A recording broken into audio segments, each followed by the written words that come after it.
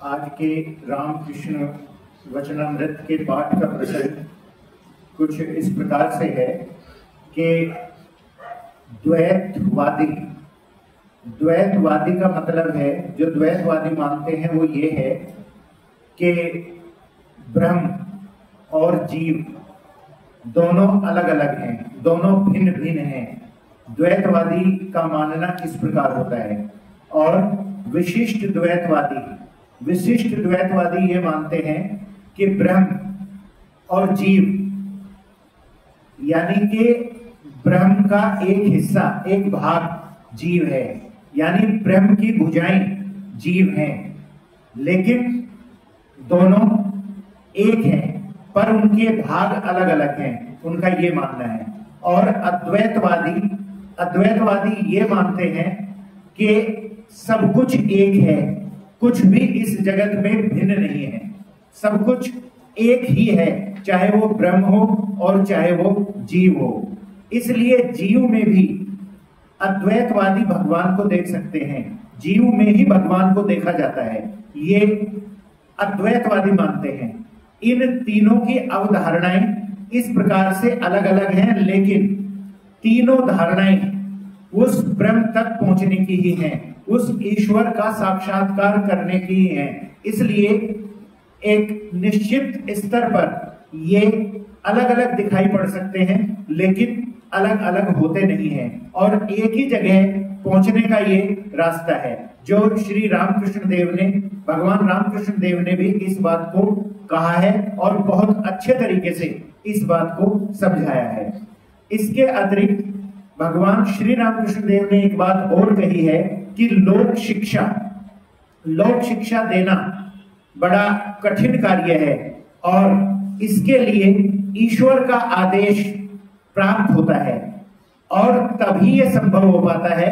और इसके लिए यह भी जरूरी है कि कर्ता किसी भी तरीके से अपने आप को न माना जाए। एक इस प्रकार से जीवन में पहुंचने की प्रक्रिया है कि जो कुछ हो रहा है या जो करा रहा है वो ईश्वर करा रहा है, और मनुष्य केवल निमित्त मात्र है। अगर मैं कुछ भी करता हूं तो वो केवल निमित्त मात्र है, ये मानना और इस प्रकार जीवन को जीना, तो ये इस प्रकार की स्थिति बन जाती है कि तभी कुछ सिखाया जा सकता है या लोक शिक्षा दी जा सकती है। तो आज का प्रसंग यही है।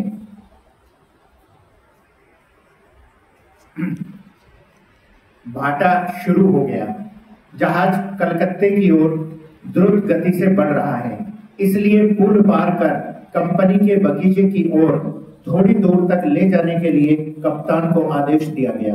जहाज कितनी दूर आ पहुंचा है इसकी अधिकांश लोगों को सुध नहीं है, वे मग्न होकर श्री रामकृष्ण की बातें सुन रहे हैं। समय कैसे चला जा रहा है इसका होश नहीं है। अब मुरमुरे और नारियल के टुकड़े बांटे गए, सबने थोड़ा थोड़ा लेकर खाना शुरू किया। आनंद की मौत लगी है। केशव ने मुरमुरे आदि लाने की व्यवस्था की थी। ऐसे समय श्री रामकृष्ण के ध्यान में आया कि विजय और केशव दोनों ही संकुचित होकर बैठे हुए हैं। तब जिस प्रकार दो नादान बच्चों में झगड़ा हो जाने पर कोई बड़ा व्यक्ति समझौता करा देता है, उसी प्रकार श्री रामकृष्ण उन दोनों के बीच समझौता कराने लगे। सर्वभूत हिते रथ। श्री रामकृष्ण ने कहा, अजी ये विजय आए हैं, तुम लोगों का झगड़ा विवाद मानो शिव और राम की लड़ाई है। राम के गुरु शिव हैं, दोनों में युद्ध भी हुआ, फिर संधि भी होगी, पर शिव के भूत प्रेत और राम के बंदर ऐसे थे कि उनका झगड़ना किचकिचाना रुकता ही न था। अपने ही लोग हैं, ऐसा होता ही है। लव कुश ने भी राम के साथ युद्ध किया था। फिर जानते हो न, बेटी और माँ अलग से मंगलवार का व्रत रखती है, मानो माँ का मंगल और बेटी का मंगल अलग अलग है, परंतु वास्तव में तो माँ के मंगल से बेटी का मंगल होता है और बेटी के मंगल से माँ का। इसी तरह तुमसे एक के एक समाज है, अब दूसरे को भी एक चाहिए, पर यह सब जरूरी है। तुम कहोगे कि जहां भगवान ने स्वयं लीला की वहां जटिला कुटिला की क्या जरूरत थी, पर जटिला कुटिला के सिवा लीला पुष्ट नहीं हो पाती, बिना उनके रंग नहीं चढ़ता। रामानुजम विशिष्टाद्वैतवादी थे, राम उनके गुरु थे अद्वैतवादी। आखिर दोनों में अनबन होने लगी। गुरु शिष्य आपस में एक दूसरे के मत का खंडन करने लगे। ऐसा हुआ करता है, चाहे जो कुछ हो, फिर भी हैं तो अपने ही। सब लोग आनंदित हैं। श्री रामकृष्ण केशव से कहते हैं, तुम स्वभाव परख कर शिष्य नहीं बनाते, इसलिए आपस में इस तरह की फूट हुआ करती है। सभी मनुष्य दिखने में एक सरीखे हैं, पर हर एक का स्वभाव भिन्न है। किसी के भीतर सत्व गुण अधिक है, किसी के भीतर रजोगुण, तो किसी के भीतर तमोगुण। गुझियां बाहर से एक सी दिखाई देती हैं, पर किसी के भीतर खोया, किसी के भीतर नारियल, तो किसी के भीतर उड़द की दाल होती है। मेरा भाव क्या है जानते हो? मैं खाता पीता और मजे में रहता हूँ, बाकी की सब माँ ही जाने। 3 बातों से मेरी देह में मानो कांटा चुभ जाता है, गुरु, कर्ता और बाबा। गुरु एकमात्र सच्चिदानंद ही हैं, वे ही सबको शिक्षा देंगे। मेरा संतान भाव है। वैसे मनुष्य गुरु तो लाखों मिलते हैं, सभी गुरु बनना चाहते हैं, शिष्य कौन बनना चाहता है? लोक शिक्षा देना बड़ा कठिन है। यदि ईश्वर का साक्षात्कार हो और वे आदेश दें तो यह संभव हो सकता है। नारद, शुकदेव आदि को आदेश हुआ था, शंकराचार्य को आदेश हुआ था। आदेश न मिलने से तुम्हारी बात कौन सुनेगा? कलकत्ते के लोगों की हुल्लड़बाजी तो जानते ही हो। जब तक नीचे लकड़ी जलती है तब दूध उभर कर ऊपर आता है। लकड़ी को खींच लेते ही सब कुछ शांत हो जाता है। कलकत्ते के लोग हुल्लड़बाज हैं। अभी एक जगह कुआं खोद रहे हैं, पानी चाहिए। वहां पत्थर निकलने लगे कि खोदना छोड़ दिया, और एक जगह खोदना शुरू किया, वहां रेती निकलने लगी कि वह जगह भी छोड़ दी। फिर दूसरी जगह खोदने ही लगे। यही तो उनका हाल है। परंतु आदेश मिला है, यह केवल मन में सोच लेने से नहीं चलता।